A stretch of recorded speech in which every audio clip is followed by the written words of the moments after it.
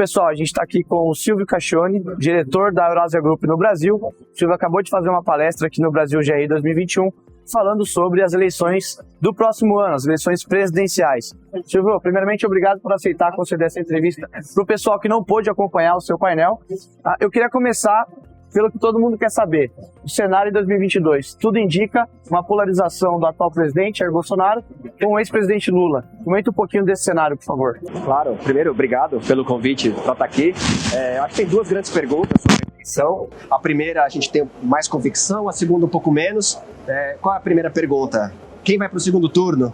Na nossa opinião, Bolsonaro contra Lula. A chance de uma terceira via, seja PSDB, Ciro Gomes, ir ao segundo turno, hoje está na ordem de 20%. Dá para acontecer, o voto útil pode levar um candidato como esse para o segundo turno contra o Lula, mas com o nível de aprovação que o presidente Bolsonaro tem hoje e que deve manter ao longo do ano que vem, essa probabilidade é baixa, tá? Então, provavelmente Bolsonaro contra Lula, outubro de 2022, e aí, quem ganha? Aí é um pouco mais difícil a resposta, as coisas podem mudar bastante daqui até o ano que vem.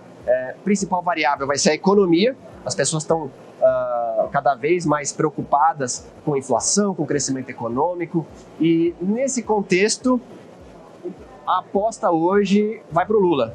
Tá? O Lula tem uma posição de vantagem, as pesquisas já dão bastante distância, muito mais votos para o Lula do que para o Bolsonaro.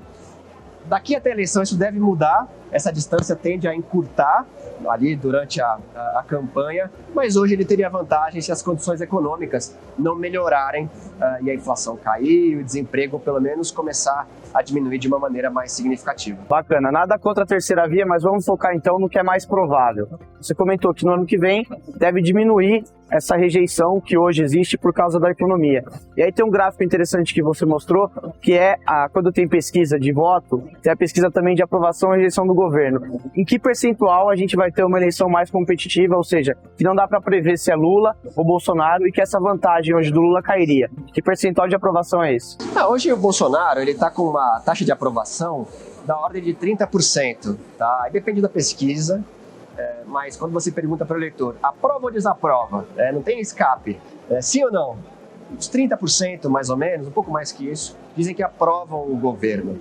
Nesses níveis de aprovação, o presidente tende a perder a reeleição. Não é também certeza, mas olhando para o histórico de eleições, não só no Brasil, mas em outros países, probabilidade maior que o eleitor prefira a mudança.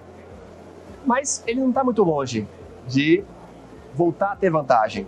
O presidente Bolsonaro tinha vantagem durante uma boa parte desse ano, porque o índice de aprovação era mais alto.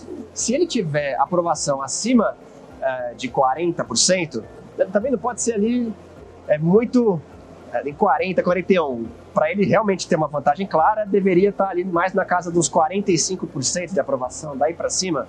São níveis que ele já teve nesse governo.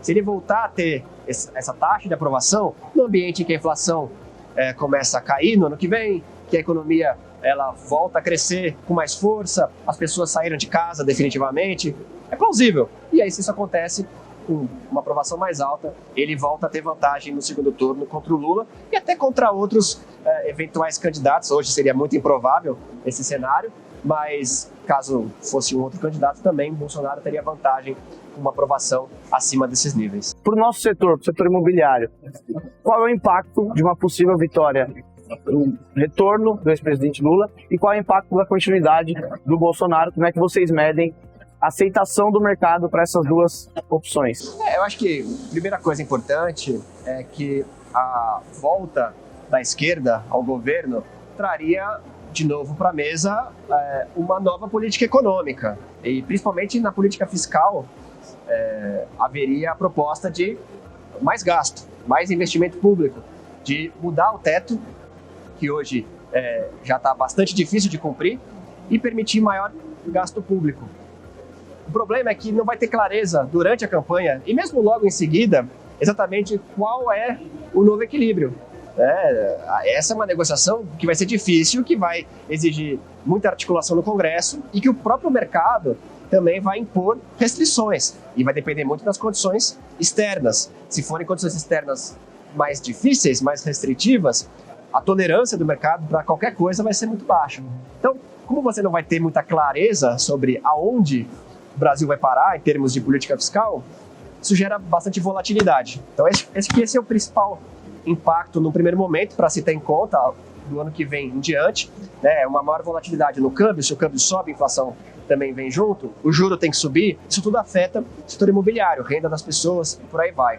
Agora, dali para frente, eu acho que depende muito de qual é esse equilíbrio, tá? E é muito difícil dizer a priori se esse equilíbrio ele vai ser sustentável, se de fato, mesmo com um pouco mais de gasto, você chega no equilíbrio que o mercado tolera, a economia volta a crescer, e aí você tem um ambiente em que há mais investimento público e programas sociais também injetando um pouco mais de renda de maneira regular na sociedade. Isso tudo tem um impacto sobre o setor. Do lado do custo, pode ser algo que tende a elevar custo, mas do lado da demanda também, a demanda mais aquecida, isso é algo para ser levado em conta. Se for um equilíbrio mais nocivo, daí a gente está num governo que tem dificuldade de se coordenar expectativas do mercado, inflação mais alta, juro mais alto, mais dificuldade de ler o cenário de longo prazo. Perfeito, perfeito. Silvio, muito obrigado mais uma vez pela entrevista. Parabéns pela participação aí no evento, pelo painel. E obrigado a você que nos acompanha também. Fique ligado no GRI em todas as redes sociais para saber dos próximos eventos e próximos conteúdos. Um abraço.